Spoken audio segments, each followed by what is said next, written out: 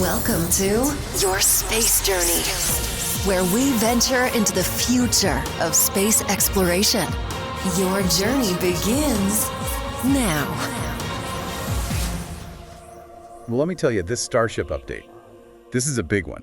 Yeah, no kidding. SpaceX is really trying to change, well, everything we know about space travel. Their big focus right now is making Starship rapidly reusable, flying it again and again with the idea of eventually sending humans to space on it. And this next test flight, it's a huge step toward doing just that. In fact, I think I actually jumped out of my seat when I saw they're aiming for October 13th for launch. Wow. As early as October 13th, of course. Haha. Of course. Yeah, it's spaceflight. Things change. Exactly. Haha. But still, are you ready to see history in the making?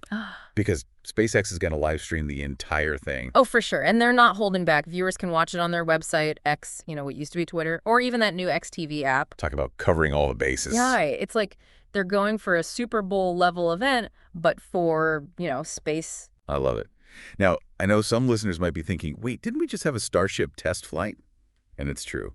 Flight 4 was a major success. Huge. We saw that incredible first ever soft landing of a super heavy booster in the Gulf of Mexico. Don't forget Starship's reentry and the splashdown in the Indian Ocean. It was picture perfect. Absolutely. But this fifth test flight, it's aiming for something even more impressive. This is next level stuff. No kidding. We're talking about the ultimate goal of reusability here. SpaceX is going to try and bring that super heavy booster all the way back to the launch site and catch it with the launch tower. Okay, you're going to have to explain this to me. Because catch feels like a bit of an understatement when we're talking about something as massive as a rocket booster, right? How do they even begin to make that happen? Just picture it. They have to take this booster, and remember, it's coming back down to Earth incredibly fast and gently lower it onto this platform with absolute precision. It's mind-blowing. It's not about luck at all. This is about tens of thousands of hours that SpaceX has put into engineering the system, planning every single detail. Tens of thousands of hours. Yeah. Seriously. What are some of the key ingredients to making this actually work? So you've got a few things at play here. First, the booster itself, with its grid fins and engines, has to work together perfectly with the catch mechanism on the launch tower. Then there's the human element. The flight director is going to be the one to say go or no go on the catch attempt. They'll be watching data in real time to make that call. So even with all this incredible technology, there's still that human element making split-second decisions. Exactly. And, of course, we can't forget about safety. That's the priority. They've built in all these backups and automated checks so that if anything seems even slightly off, that booster will automatically do a controlled landing in the Gulf instead. Which makes sense, especially when you consider the sheer power of these rockets. Speaking of which, we can't forget about, well, the elephant in the room, or should I say the sonic boom in the sky. Oh, yeah, those sonic booms. Definitely going to be something to hear if you're anywhere near the landing zone. But don't worry, those booms, they're totally normal. Just the sound of that booster slowing down super fast as it comes back to Earth. Like a sonic boom from a jet, but, well, much bigger. I can only imagine. It's like a sonic salute to all that amazing engineering. But while the booster's trying to make this crazy catch, Starship itself isn't just along for the ride, is it? Nope, not at all. Starship has its own to-do list for this flight. After it separates from the booster, it'll do a controlled re-entry back into the Earth's atmosphere. Then, it's a landing burn and splashdown in the Indian Ocean. Sounds kind of familiar. Yeah, it's similar to what we saw with Flight 4, but this time, there are some big upgrades. Upgrades? Now you got me really curious. What have they been working on? Well, one of the biggest things is the heat shield. They completely redid the whole thing. We're talking more than 12,000 hours just to replace that thermal protection system. Wow, 12,000 hours just for the heat shield. Yeah, new tiles, a backup ablative layer for extra protection, and they added more protection around those fin structures too. Wow, they really went all out.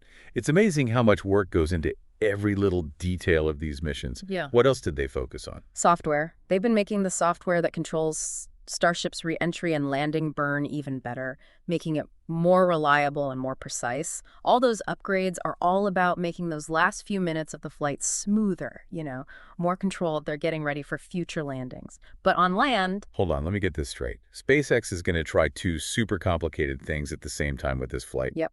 The booster catch is one thing, but then you've got Starship doing this whole re-entry and landing sequence with these new upgrades. It's almost like they're trying to make controlled chaos look easy. That's a great way to put it. But that's kind of SpaceX's thing, right? They go for these huge challenges, pushing the limits of what we thought was possible every single test flight. And that's what makes this so exciting to watch. Absolutely. They're constantly learning and improving flight after flight. Which makes me think, we've talked about all the technical stuff with this test, but what about the bigger picture? I mean, this isn't just about showing off cool engineering, right? What's the driving force behind all of this work with Starship? What's the end goal? That's the important question. It's about something way bigger. SpaceX wants a future where space travel isn't just for governments and billionaires. They want anyone and everyone to be able to go to space, to make it affordable and accessible. That's a pretty big vision. It is. But Starship is how they're going to do it. It's almost like they're taking something that used to be like this huge accomplishment and saying, we're going to make this, well, almost normal. Right. Imagine a future where going to space is, almost as common as taking a plane trip. That's what SpaceX wants, and Starship is how they're going to make it happen. We're not just talking about a few more satellites or a few more astronauts on the moon. This is about, opening up this whole new world for humans. It's pretty mind-blowing when you really think about it. Mm-hmm. More launches, more ambitious missions, maybe even, I don't know, maybe even everyday people going to space one day. Okay, maybe not everyday people, but you get the idea. Yeah. It feels like we're at this point where space travel could change completely. It's not just sci-fi anymore. It's about how we see space, how we use it, how we learn from it. The possibilities are, well, endless. It's like we're standing on the edge of this huge unexplored ocean, and Starship is, I don't know, like our ship ready to sail. And the exciting part is this isn't some far-off dream. SpaceX is working on this right now. Every time they have a successful test, they're one step closer. This is the foundation for a future that people used to only dream about. It makes you want to go outside, grab a telescope, and just stare at the stars, doesn't it? Knowing that up there, history is being made, and the future of space exploration is happening right now as we speak. It really is an inspiring time to be following space. Who knows? Maybe someday we'll be up there ourselves. That would be something else.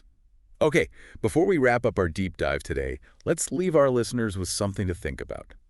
Imagine, just for a second, that Starship is fully operational.